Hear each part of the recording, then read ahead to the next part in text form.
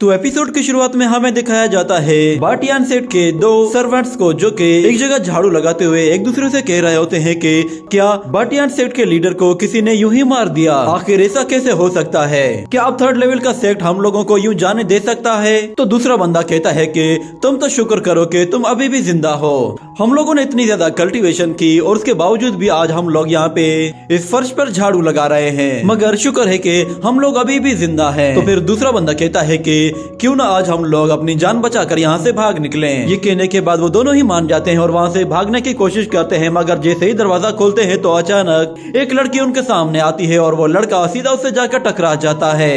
ये देखकर वो लड़की कहती है कि क्या हुआ हैंडसम, तुम मुझसे यूं क्यों टकराए हो। और फिर वो दूसरे बंदे को देखकर कहती है कि ये तो बहुत ही ज्यादा हैंडसम है। वो फौरन से उस दूसरे स्वीपर के पास आ जाती है और उससे कहती है कि लगता है कि शायद यहाँ पे तुम किसी चार्ज पे हो। उस लड़की की खूबसूरती पर वो लड़का भी उसका दीवाना हो जाता है और कहता है कि मिस लिंग लिंग क्यों ना मैं आपको आगे तक छोड़ाऊं। ये कहने के बाद लिंग लिंग उन दोनों की तरफ मुस्कुरा कर देखती है, जिस पर वो लड़का कहता है कि ठीक है तुम जाओ, हम तुम्हारे पीछे पीछे आ रहे हैं। ये कहने के बाद लिंग लिंग वहाँ से चली जाती है और दूसरी तरफ हम उन लड़कों को देखते हैं, उनकी बॉडी में अचानक से आग लगती है और वो लोग पूरी तरह से जलकर राख हो जाते हैं। जिसके बाद अगले सीन में हमें दिखाया जाता है उसे छोटे डीमन को जो कि दरख्त की एक टहनी के ऊपर सो रहा होता है, और दूसरी तरफ हम शुयान को देखते हैं वो गार्डन में मौजूद उन स्पिरिचुअल फ्लावर्स पर कुछ एक्सपेरिमेंट कर रहा होता है। जिसके बाद हम देखते हैं कि उस छोटे डीमन की आंख खुलती है और वो शुयान को देखकर कहता है कि मास्टर सुबह तक उन स्पिरिचुअल फ्लावर्स को स्टडी कर रहा है। मेरे ख्याल से बेहतर तो यही होता कि मास्टर उस लड़की को ये काम देखकर खुद आराम से बैठकर चाय पीते। ये कहने के बाद वो नीचे झांक कर देखता है तो हमें वही लड़की नीचे से आते हुए दिखाई देती है, जिस पर याया कहता है कि ये कौन आ रहा है। और दूसरी तरफ लिंग लिंग शुयान को देखकर कहती है कि फाइनली तुम्हें ढूंढ लिया। वो गुयुन सेठ के फ्लावर गार्डन को देखकर कहती है ये सच में बहुत ही ज्यादा खूबसूरत है। और यहाँ पे खड़ा हुआ ये बंदा, ये तो इसकी खूबसूरती में चार चांद लगा रहा है, मगर मुझे नहीं लगता कि इसकी सोल का टेस्ट इतना भी ज्यादा अच्छा होगा। चलो जरा देखते हैं, अगर इसे मारने के बाद इसका टेस्ट अच्छा लगा तो सच में आज का पूरा दिन मेरा बहुत ही अच्छा जाएगा। और क्योंकि ये दिखने में बहुत ही ज्यादा हैंडसम है तो इसलिए मैं इसे एक बहुत ही अच्छी मौत मारूंगी। ये कहने के बाद वो अपने अम्ब्रेला को गोल गोल घुमाना शुरू कर देती है, जिसके अंदर से कुछ स्पिरिचुअल बग्स बाहर निकलकर सीधा शुयान की तरफ जाते हैं और वो लड़की कहती है कि जाओ और जाकर उसे खत्म कर दो। मगर अचानक वो देखती है कि वो स्पिरिचुअल बग्स बीच में ही कहीं गायब हो जाते हैं और उनमें से सिर्फ ही शुयान की तरफ आगे बढ़ते हैं। ये देखकर वो लड़की खुद भी ज्यादा चौंक जाती है और कहती है कि आखिर बाकी स्पिरिचुअल बग्स कहाँ चले गए। वो उन्हें हर तरफ तलाश करती है मगर वो कहीं भी नजर नहीं आते, जिस पर वो कहती है कि कौन है जो कि चुप कर उन पर अटैक कर रहा है। और फिर हम देखते हैं कि दो फ्लावर तेजी से उन बाकी दो बग्स की तरफ आगे बढ़ते हैं और उन्हें भी पकड़कर वापस जमीन के अंदर चले जाते हैं। और वो लड़की ये देखकर हैरान हो जाती है और कहती है कि इन फ्लावर्स की हिम्मत कैसे हुई मेरे बग्स पर यूं चुप कर हमला करने की। और दूसरी तरफ हम लोग याया को देखते हैं, वो उस लड़की को देखकर कहता है कि मैंने इस जैसी बेवकूफ लड़की आज तक नहीं देखी, अगर ये इस गार्डन के अंदर चली भी गई तो ये वैसे भी मारी जाएगी। और दूसरी तरफ हम लोग शुयान को देखते हैं, वो एक फ्लावर को देखकर कहता है कि ये अभी भी वैसा नहीं है जैसा मैं इसे बनाना चाहता हूँ। ये कहकर वो उसे भी वहाँ से दूर उछाल देता है, जिसके बाद वो फ्लावर अपने आप ही जमीन के अंदर चला जाता है। और दूसरी तरफ लिंगर उन फ्लावर्स को देखकर कहती है कि अब तुम्हारे खत्म होने का टाइम आ गया है। ये कहकर वो दोबारा से अपना छाता गोल गोल घुमाती है और उसके अंदर से कुछ फायर ईगल्स बाहर निकलते हैं जो कि तेजी से शुयान की तरफ जा रहे होते हैं, मगर अचानक से कुछ रूट्स ऊपर आती हैं और वो उन ईगल्स को पकड़ लेती हैं। ये देखकर वो लड़की फिर से चौंक जाती है और कहती है कि इन फ्लावर्स की हिम्मत कैसे हुई मेरे साथ इस तरह मिसबिहेव करने की। और दूसरी तरफ शुयान बिल्कुल रिलैक्स होकर उन फ्लावर्स पर स्टडी कर रहा होता है, उसे उस लड़की की जरा भी परवाह नहीं थी। और दूसरी तरफ लिंगर परेशान होती है कि आखिर उसके साथ ये हो क्या रहा है। इतने में वो वाटरमेलन बाहर आ जाता है, जिसे देखकर लिंगर को भी झटका सा लगता है और वो कहती है कि क्या ये तो एक वाटरमेलन है, तो इस वाटरमेलन ने ही मेरे उन सारे ही स्पिरिचुअल बीस्ट को मारा है। और हम देखते हैं कि वो वाटरमेलन उन सारे ही ईगल्स को हवा में ऊपर ले आता है जो कि रूट्स के साथ लिपटे हुए होते हैं। और वो सीधा अपना मुंह खोलकर उन्हें अपने मुंह में डालने लगता है। ये देखकर वो लड़की खड़े होकर सिर्फ तमाशा ही देखते रह जाती है और वो वाटरमेलन उन सारे ही बर्ड्स को खाने के बाद अपने मुंह से बहुत ही तेज आग उगलता है, जिसके बाद वो कहती है कि अच्छा ये तो सिर्फ एक मामूली सा वाटरमेलन है, ये भला मेरा क्या ही बिगाड़ लेगा।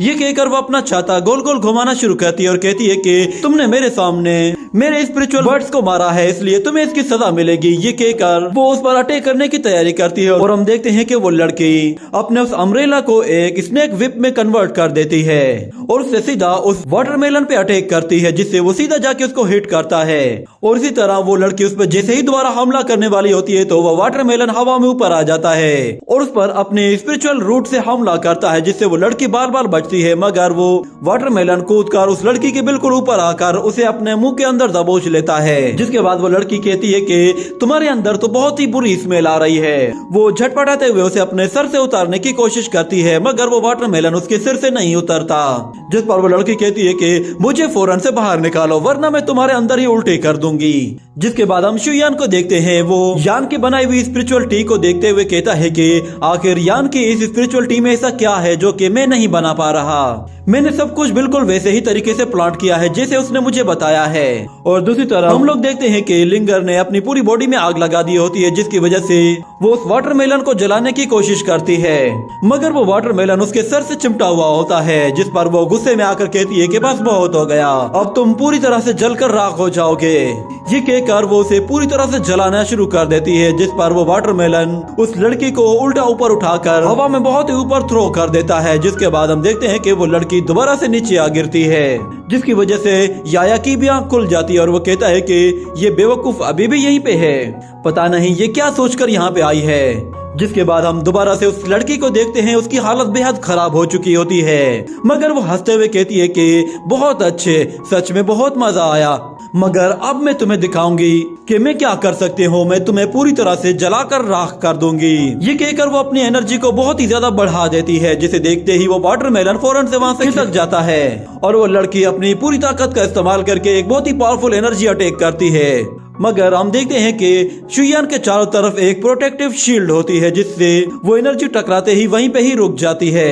ये देखकर वो लड़की खुद भी हैरान हो जाती है और कहती है कि यहाँ पे ये शील्ड कहाँ से आ गई। और हम देखते हैं कि वो शील्ड उसकी एनर्जी को रिवर्स करके उसी पर ही अटैक करती है और उसे उठाकर वहाँ से बहुत ही दूर फेंक देती है। जिसके बाद हम लोग यान को देखते हैं। वो उस लड़की को उड़ते हुए तेजी से जाते हुए देख रही होती है। उसे लगा कि शायद ये कोई टूटता हुआ तारा है, जिसे देखते ही वो फौरन से प्रे करना शुरू करती है और प्रे करने के बाद वो शुयान के लिए एक और स्पिरिचुअल टी बनाकर ले आती है। इतने में वो वाटरमेलन फौरन से उसके कदमों में आ गिरता है, जिसे देखकर वो खुद भी हैरान रह जाती है और कहती है कि क्या तुम्हें भी ये स्पिरिचुअल टी चाहिए। ये कहकर वो टी उस वाटरमेलन के मुंह में डालती है, जिसकी वजह से उसकी जान में भी जान आ जाती है। और दूसरी तरफ शुयान वो उन फ्लावर्स को देखते हुए कहता है कि असल में इस स्पिरिचुअल टी को बनाने के लिए मुझे और भी ज्यादा नेचुरल ड्यू की जरूरत होगी, उससे मेरी सारी प्रॉब्लम सॉल्व हो जाएगी। और यहाँ वो वाटरमेलन यान को सब कुछ बता रहा होता है कि वहाँ पे उस लड़की ने कैसे आकर उस पर हमला किया था। ये सुनकर यान उससे कहती है कि क्या एक फायर स्नेक विप से उसने तुम पे हमला किया।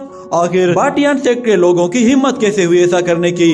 अगर उनकी गलती की वजह से मेरा ये फ्लावर गार्डन जल जाता तो फिर क्या होता। मैंने इतनी मेहनत से इस फ्लावर गार्डन को अपने हाथों से उगाया है, मेरी पूरी की पूरी मेहनत यूं ही बर्बाद हो जाती।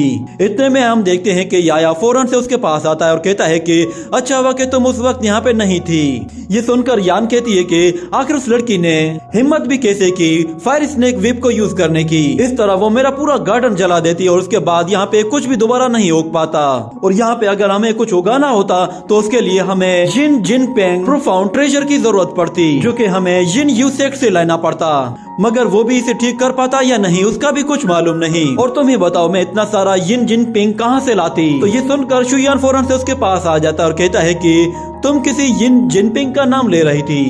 तो वो कहती है कि हाँ, जिन जिनपिंग असल में एक स्पिरिचुअल ड्यू है, जो कि एक सिल्वर मिरर बोतल के अंदर होती है। उसकी मदद से हम इन फ्लावर्स के अंदर दोबारा से जान डाल सकते हैं और इनकी पावर को भी डबल कर सकते हैं। जिसके बाद ये सीन यहीं पे कट होता है। अगले सीन में हम लोग यान के एल्डर सिस्टर को देखते हैं, जो कि अपने मास्टर के मेमोरियल टेबलेट के आगे रो रही होती है और उससे कहती है कि मास्टर प्लीज किसी को भेजिए जो कि इस सिचुएशन को बिल्कुल ही चेंज कर दे, क्योंकि मैं गुयुन सेक्ट का भार अकेले नहीं उठा सकती। ये कहकर वो उसके आगे रोने लगती है, मगर अचानक से बाहर कोई चीज आकर गिरती है, जिस पर वो लड़की बाहर आकर देखती है तो वहाँ पे एक लड़की होती है जो कि जमीन पर पड़ी हुई होती है। उसे देखकर वो उसे जैसे ही सीधा करती है तो वो कहती है कि ये तो बाटियान सेक्ट की एक लीडर है। उसे देखने के बाद उसके दिमाग में एक आइडिया आता है और वो कहती है कि अगर मैं इस लड़की की जान बचाऊं तो शायद बाटियान सेक्ट की नजर में मेरी अहमियत और भी ज्यादा बढ़ जाएगी और वो लोग मुझे बहुत ही अच्छे से ट्रीट भी करेंगे।